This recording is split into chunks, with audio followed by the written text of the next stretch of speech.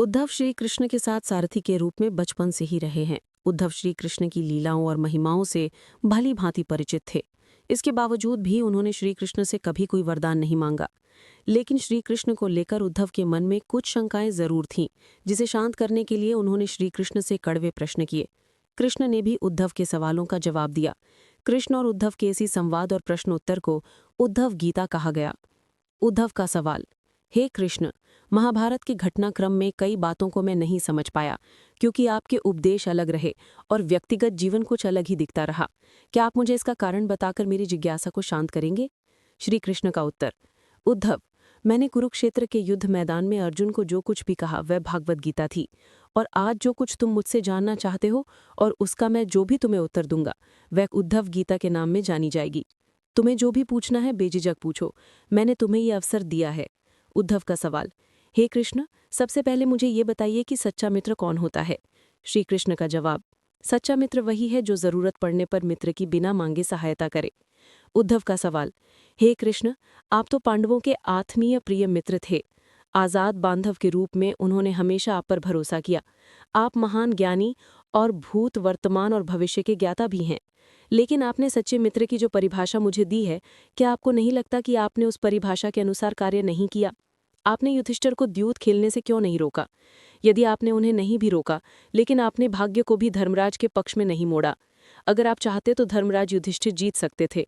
आप कम से कम उन्हें धन, राज्य और खुद को हारने के बाद तो रोक ही सकते थे।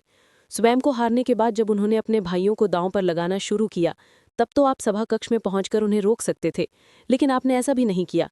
उसके बाद जब दुर्योधन ने पांडवों को सदैव अच्छी किस्मत वाला बताते हुए द्रौपदी को दांव पर लगाने को प्रेरित किया और जीतने पर हारा हुआ सब कुछ वापस कर देने का लालच दिया, तब तो आपको हस्तक्षेप करना चाहिए था। आप अपनी दिव्य शक्ति के द्वारा पासे धर्मराज के अनुकूल भी कर सकते थे, लेकिन आपने तब हस्तक्षेप किया जब द्रौपदी अपना शील, चरित्र सभा कक्ष में खो रही थी।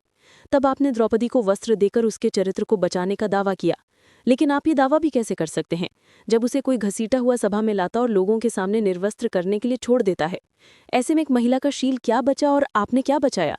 अगर आपने संकट के समय ही अपनों की मदद नहीं की, तो आपको आपात बांधव कैसे कहा जा सकता है? क्या यही धर्म है? श्री कृष्ण का जवाब। प्रिय उद्धव, ये तो सृष्टि का नियम है कि विवेकवान ही जीतता है। उस समय दुर्योधन के पास विवेक था और धर्मराज के पास नहीं। यही कारण रहा कि धर्मराज को पराजित होना पड़ा। दुर्योधन के पास जुआ खेलने के लिए धन तो बहुत था, लेकिन उसे पासों की समझ नहीं थी। इसलिए उसने अपने मामा शकुनी का द्यूतक क्रीड़ा के लिए उपयोग किया। यही विवेक कहलाता है। दुर्योधन की तरह धर्मराज भी इस तरह से सोच सकते थे और अपने चचेरे भाई से पेशकश कर सकते थे कि उनकी तरफ से मैं खेलूंगा। जरा विचार करो कि अगर शकुनी और मैं खेलते तो कौन जीतता? तब पासे के अंक उसके अनुसार आते या मेरे अनुसार? चलो इस बात को छोड़ो, उन्होंने मुझे खेल में शामिल तक नहीं किया। इस बात के लिए उन्हें माफ किया जा सकता है, लेकिन उन्होंने विवेक शून्यता से एक बड़ी गलती की।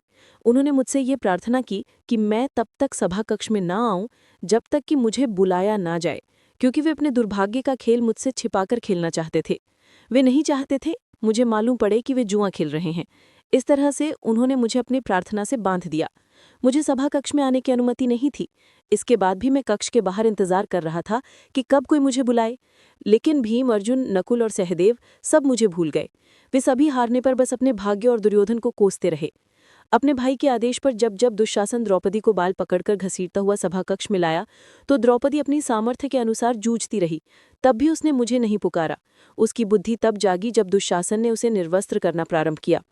जब द्रौपदी ने स्वयं व निर्भरता छोड़कर हरि हरि अभयम कृष्णा अभयम की गुहार लगाई, तब मुझे उसके शील की रक्षा का अवसर मिला। जैसे ही मुझे पुकारा गया, मैं अविलंब वहां पहुंच गया। अब इस स्थिति में मेरी गलती है, तुम ही बताओ। उद्धव का सवाल। कान्हा, आपका स्पष्टीकरण प्रभावशाली तो है, लेकिन ये मुझे पूर्ण संतुष्ट नहीं करता। क्या मैं एक और प्रश्न पूछ सकता हूँ? कृष्ण की अनुमति से उद्धव ने पूछा। इसका अर्थ ये हुआ कि आप कभी आओगे जब आपको पुकारा जाएगा। क्या संकट से घिरे अपने भक्त की मदद करने आप स्वतः नहीं आएंगे?